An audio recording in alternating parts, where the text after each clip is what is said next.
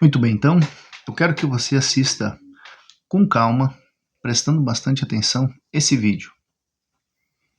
Quem tem cara de pobre é filho do cão. Não tenha medo de ser parecido com aquilo que Deus te tornou. Crente tem cara de rico. A Bíblia diz que bendito Deus e Pai do nosso Senhor e Salvador Jesus Cristo, Efésios 1, né? Que nos abençoou com todas as sortes de bênção nas regiões celestiais em Cristo. Então Deus não abençoa os negócios que eu faço, Deus me abençoa para tudo que eu fizer vai ser abençoado.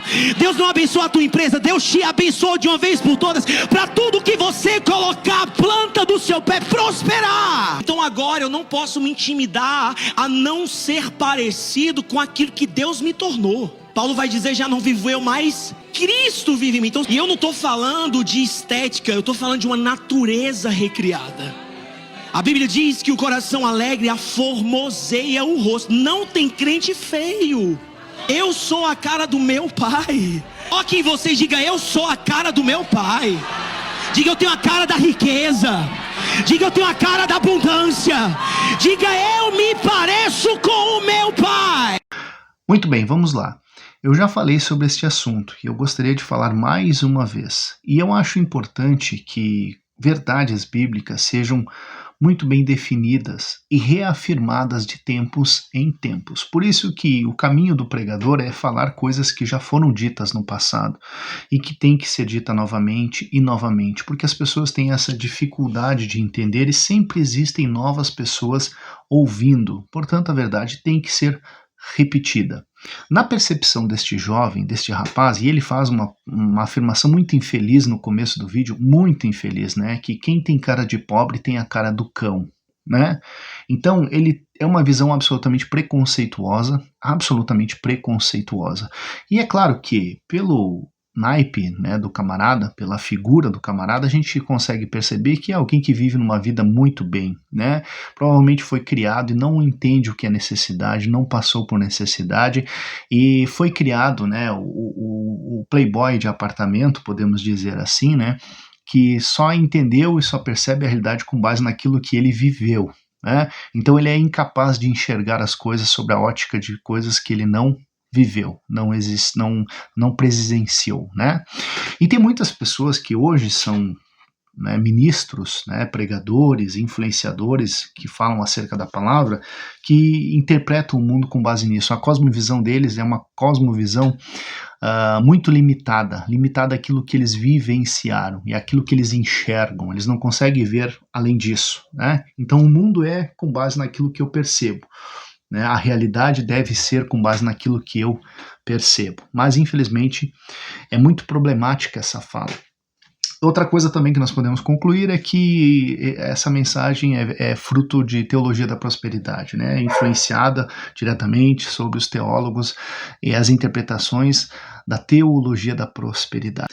Via de regra, eu sempre costumo dizer que algo para ser bíblico, para ser uma teologia bíblica, uma doutrina bíblica e uma verdade bíblica, um princípio bíblico, ele tem que ter dois aspectos. Primeiro, tem que ser atemporal e tem que ser universal. O que é atemporal? Tem que funcionar e dar certo e ser aplicável em todos os períodos da história. Então, para ser uma verdade bíblica, tem que ser aplicável em todos os períodos da história, a partir do momento em que ele foi revelado. Universal é que também tem que ser aplicável e tem que funcionar e dar certo em todas as regiões do planeta. Né? Em todas as regiões do planeta. Não pode funcionar somente numa região, somente num país. Não. Então, a verdade bíblica, o princípio bíblico, a teologia bíblica, a doutrina bíblica, ela tem que ser aplicável em todas as circunstâncias. Caso contrário, ela deixa de ser uma verdade bíblica e um princípio bíblico. Quando você só consegue fazer com que algo que é ensinado acerca das escrituras funcione para um determinado grupo específico, então você tem um problema, porque aí você não tem uma teologia bíblica, você tem apenas uma interpretação local, momentânea, tá? Mas vamos lá. Essa percepção, né, eu já condenei isso aqui, já falei, mas vou repetir. Essa percepção de que evidência de ser abençoado por Deus é prosperidade financeira, isso é uma mentira, tá? Vou repetir. Essa percepção de que evidência de ser abençoado por Deus é ser próspero, ser financeiramente, isso é uma mentira. Tem muitas pessoas que não têm comunhão com Deus, não têm uma vida piedosa, não têm uma vida de santificação, que são cristãos nominais, apenas fazem parte de uma igreja, que têm uma vida financeira e acham e acreditam que essa vida financeira é a evidência de que Deus as está abençoando, independentemente delas reconhecerem e falarem isso. Tá? Porque tem muita gente que não tem nada de Deus na vida, mas tem uma vida financeira muito boa e que diz, olha, eu sou abençoado por Deus. Mas será que isso é verdade? Não é verdade. Tá? Primeiro, por quê? Alguém pode dizer, tá, mas por quê? Vamos lá, eu já falei sobre isso há um tempo atrás, e eu não quero fazer toda aquela explicação que eu falei. Tá? Talvez eu até coloque aqui na descrição o outro vídeo que eu falei sobre isso. Mas vamos lá. As pessoas pegam, por exemplo, as promessas do Antigo Testamento de riqueza, de prosperidade, de abundância, feitas a Israel e aplicam agora para as pessoas agora. Isso está errado, primeiro, porque as profecias feitas a Israel eram para Israel, por causa das circunstâncias da aliança feita com Deus com Israel. Então, nós temos aqui o Antigo Testamento mostrando que Deus chamou um povo, escolheu e criou um povo específico para se manifestar a ele. E uma das evidências para as nações pagãs que estavam à sua volta de ver de que Deus estava realmente com eles era a prosperidade. Então, quando as nações inimigas e pagãs olhassem para Israel, eles deveriam ver a sua formosura. Por quê? Para reconhecer que Deus estava com eles. Mas isso não funciona na realidade da igreja, porque as promessas não são as mesmas. Tá? A realidade para com a igreja é diferente, porque agora não está mais na estética, a comunhão não está mais no visível, a evidência da comunhão não está mais na ostentação de uma prosperidade. Por quê? Porque não foi assim no Novo Testamento, na igreja neotestamentária, e não foi assim durante o período da história da igreja, a partir do período pós-bíblico. Tá? Por que eu tenho que dizer isso? Porque essa ideia de que eu sou próspero financeiramente falando, então eu sou abençoado, ou a minha prosperidade financeira mostra ou prova que eu sou abençoado, isso é totalmente errado, totalmente equivocado, porque não foi assim. E se nós olharmos para a realidade neotestamentária, a igreja de Corinto sofreu desse dilema. A igreja de Corinto, ela é uma evidência desse tipo de interpretação equivocada acerca da fé cristã. Paulo, ele vai ter vários problemas para resolver na igreja de Corinto. Foi uma das igrejas mais problemáticas, inclusive as duas cartas escritas por Paulo não resolveram os problemas de Corinto, eles continuaram no mesmo erro, né? Indo cada vez mais para o erro e não para a correção. Tá? Mas vamos lá. 1 Coríntios capítulo 4 vai dizer assim, olha só, no versículo 6 em diante, Paulo vai falar contra a vanglória dos coríntios. E eu, irmãos, apliquei essas coisas por semelhança, a mim e a Apolo, por amor de vós, para que em nós aprendais a não ir além do que está escrito, não vos ensoberbecendo a favor de um contra o outro. Porque quem te diferença? E que tens tu que não tenhais recebido? E se o recebeste, por que te glorias como se não houveras recebido? E aí no versículo 8 ele vai dizer, já estáis fartos, já estáis ricos, sem nós reinais. E prover a Deus reinasseis para que também nós reinemos convosco. Aqui Paulo está sendo sarcástico. Paulo está fazendo um deboche do espírito de um grupo de pessoas dentro da igreja de Corinto, que faziam essa correlação direta. Não, porque olha a posição que nós estamos. Então isso aqui é vida cristã. Olha a posição confortável. E Corinto era uma cidade portuária, realmente o comércio afluía e havia muitas pessoas abastadas e gozavam de uma condição muito melhor e muito mais elevada em relação à realidade mediana de todas as regiões circunvizinhas. Nós temos em outros registros, outras escrituras, outras cartas, Paulo fazendo menção da pobreza em que os homens em Jerusalém estavam passando por causa de uma grande fome que se abateu sobre lá. Então nós temos recolhimento de ofertas para ajudar os pobres, porque a realidade majoritária daqueles povos era a pobreza, era a miséria, muito mais acentuada do que é hoje. Porque as condições eram precárias, né? Então, muitos dos cristãos neotestamentários eram pobres, miseráveis e continuaram pobres e miseráveis mesmo depois de aceitarem a fé, mesmo depois de virarem cristãos genuínos, verdadeiramente espirituais, cheios do Espírito Santo, mas a sua condição de fé não mudou a condição financeira, porque a realidade da época era essa. Então, aqui já é um ponto para você entender que essa relação direta, ela não é um princípio bíblico, ela não é aplicável, tá? E aí Paulo vai dizer, porque tenho para mim que Deus a nós, apóstolos, nos pôs por últimos como condenados à morte, pois somos feitos espetáculo ao mundo, aos anjos e aos homens. Nós somos loucos por amor de Cristo e vós, sábios em Cristo. Nós fracos e vós fortes, vós ilustres e nós vis. Aqui Paulo está sendo sarcástico mais uma vez. Ele está dizendo, olha, vocês, né, estão numa posição muito mais elevada do que nós. Vocês, nossa, olha o que vocês são em relação a nós. Mas olha quem Paulo era em relação a eles. Esse é um detalhe que tem que ser tratado. E aí no versículo 10, ele não está sendo alegórico, ele está sendo literal.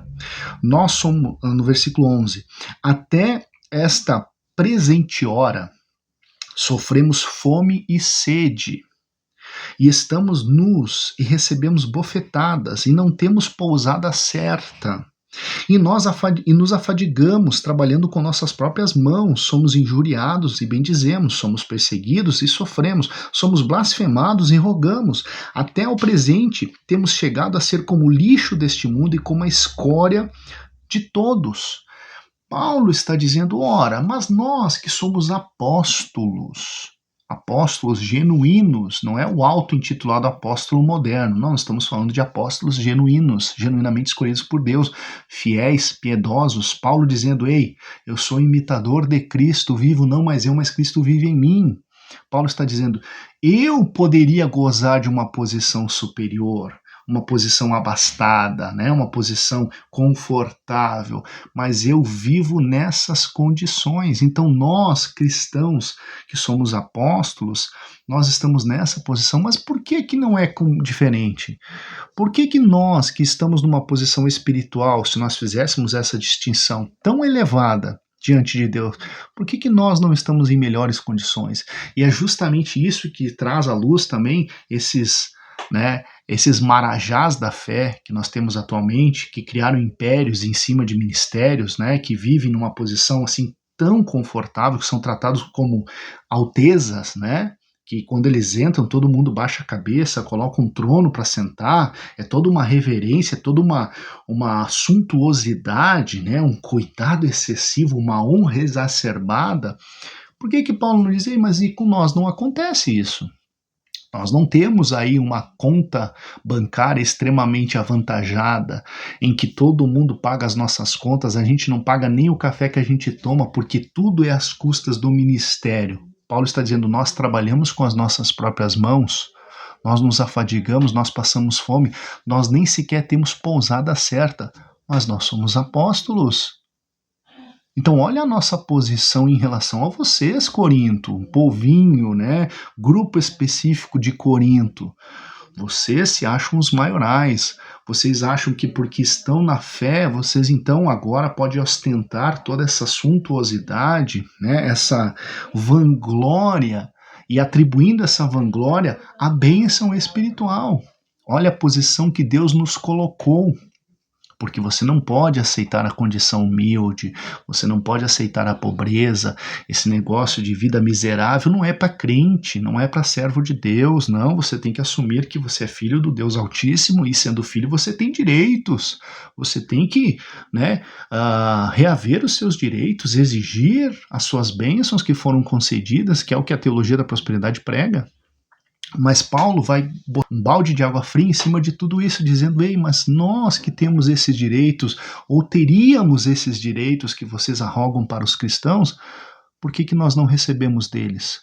Por que nós não temos essa facilidade em prosperar? Nós passamos fome, nós estamos nus, nós não temos pousada certa. Alguém pode dizer: mas isso era os apóstolos. Não, isso é para a igreja. Porque durante toda a história da igreja, muitas pessoas viveram e vivem exatamente nessa condição. Pobres e até mesmo miseráveis. Por quê? Porque a realidade, a circunstância é essa. Por que esse jovem não vai lá para um país pobre da África tentar aplicar esses princípios para ver se vai dar certo? Por que ele não vai num campo de refugiados? Por que ele não vai lá na faixa de Gaza tentar pregar prosperidade para eles, converter eles dizendo: não, vocês não podem aceitar essa vida miserável, porque tudo que vocês botarem a mão, Deus vai prosperar. Por que ele não vai? Porque não vai acontecer. Vai nos países em que a perseguição é real, né? Na igreja perseguida, que para congregar e cultuar a Deus tem que ser escondida. Vai lá, vai dizer para eles: não, vocês não podem aceitar essa condição de ficar escondida, né, vivendo de favor, né, em que não pode se mostrar. Não, vocês têm que reivindicar a realeza de vocês são filha do rei, vocês têm que se assentar à mesa. E aí? Por que não funciona? Porque isso é um engodo de Satanás. É como disse Donnie Swaggart numa das suas pregações, que ele diz que esses camaradas são cafetões da prosperidade, que guiam a igreja no espírito da idolatria. Porque vamos lá, quantos cristãos sacrificam a comunhão, sacrificam a família, sacrificam até mesmo a salvação, buscando estas riquezas? Porque Cristo disse: não ajuntais um tesouro na terra, mas ajuntais um tesouro nos céus. E para nós finalizarmos, vamos ao texto clássico, em que Tiago vai falar exatamente disso. Capítulo 2 de Tiago, ele vai falar sobre o problema da acepção de pessoas. E ele vai dizer assim: meus irmãos, não tenhais a fé de nosso Senhor Jesus Cristo, Senhor da glória, em acepção de pessoas. Porque se no vosso ajuntamento entrar algum homem com um anel de ouro no dedo, com vestes preciosas, e entrar também algum pobre com sórdido vestimenta, e atentardes para o que traz a veste preciosa, e lhe disserdes: assenta-te tu aqui num lugar de honra, e disserdes ao pobre: tu fica aí em pé, ou assenta-te abaixo do meu estrado, porventura não fizeste distinção dentre vós mesmos e não fizeste juízo de maus pensamentos? Quando o rapaz disse que quem tem a cara de pobre tem a cara do cão e que tem a cara de Deus tem a cara da riqueza, ele não está fazendo acepção de pessoas? Ele não está sendo exatamente o alvo da crítica e da exortação de Tiago? Ouvi, meus amados irmãos, porventura não escolheu Deus aos pobres deste mundo para serem ricos na fé e herdeiros do reino, que prometeu aos que o amam? Então olha aqui, quer fazer uma acepção? Faça essa. Deus escolheu aos pobres deste mundo para serem ricos em Deus e herdeiros do reino que prometeu aos que o amam. Essa é a distinção. Então o pobre não tem a cara da pobreza, ele tem a cara da bênção de Deus. É muito fácil para alguém que não sofreu, alguém que não padeceu necessidade, não viveu a realidade de uma vida subhumana, olhar para o pobre, para a sua afeição, né, e dizer: isso é cara de Satanás. Ele não sofreu o que essas pessoas sofreram, ele não sofre o que essas pessoas sofrem, ele não passou pelos perrengues, pela luta diária e cotidiana que essas pessoas passam. E a Bíblia não trata dos motivos e das motivações. A Bíblia não diz: o pobre que por sua conta própria vive nessa condição, você tem que redargui-lo, você tem que exortá-lo, você tem que condená-lo. Não, ele fala do pobre. independentemente da circunstância, se foi deliberadamente, se não foi deliberadamente, se for por incompetência ou não foi por incompetência. Ele é uma pessoa que sofre, é uma pessoa que sofre. Então a cara do pobre não é a cara do diabo, é a cara do sofrimento natural de alguém que realmente passa por coisas que esse camarada nunca passou. Nunca passou. Então é fácil, numa posição confortável, olhar para isso e desdenhar disso. Mas Tiago condena esse tipo de comportamento. Tiago diz que isso é pecado. Isso é ser pecaminoso diante de Deus, é uma blasfêmia. Porque essa relação de dizer que o cristão genuíno tem a cara da riqueza, isso é uma mentira diabólica.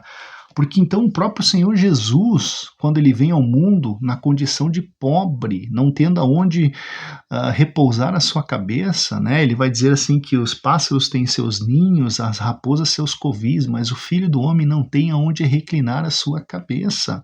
Por mais que alguns teólogos, né, absolutamente toscos, né, costumam dizer que Jesus era rico porque tinha casa na praia, ou porque quando fez a entrada triunfal assentou-se sobre um jumentinho que nunca ninguém tinha sentado, e fazendo uma correlação isso a um carro 0 quilômetro, né, que é uma tolice inimaginável, e a teologia da prosperidade é tola em absoluto, né? Essas aplicações, interpretações são toscas, né?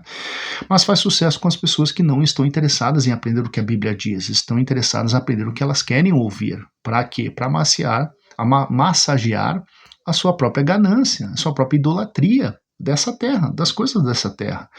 E vão contra até mesmo o que a Bíblia diz, né, que as pessoas que buscam riquezas, né, elas se transpassam com muitos males, e muitos sucumbiram nessa loucura, né? Mas vamos lá, então esse vídeo não é uma apologia da pobreza, mas é um reconhecimento de que a pobreza é uma condição humana que existe, e que não importa o quanto você tenha de fé, não importa o quão piedoso e santo você seja, dependendo de onde você estiver, você vai continuar vivendo nessa condição e vai assim até morrer, até o arrebatamento em muitos locais. Agora, se você vive num país em que existe a possibilidade de ascensão financeira, tudo bem, você pode ir atrás, você pode buscar, não é pecado. Agora, cuidado para não sacrificar a sua vida com Deus, a sua espiritualidade, a sua comunhão com Deus nessa busca, né? Se você estiver sacrificando a sua comunhão com Deus, a sua espiritualidade, a sua salvação, e aí? Será que você pode dizer que é Deus que está te abençoando, né, às custas da sua condenação? E aí eu termino esse vídeo fazendo essa pergunta: Deus abençoa as pessoas à custa da sua própria salvação? Deus abençoa as pessoas ao custo da sua santificação? Deus abençoa as pessoas ao custo da sua espiritualidade? E aí? Me responda. Até mais.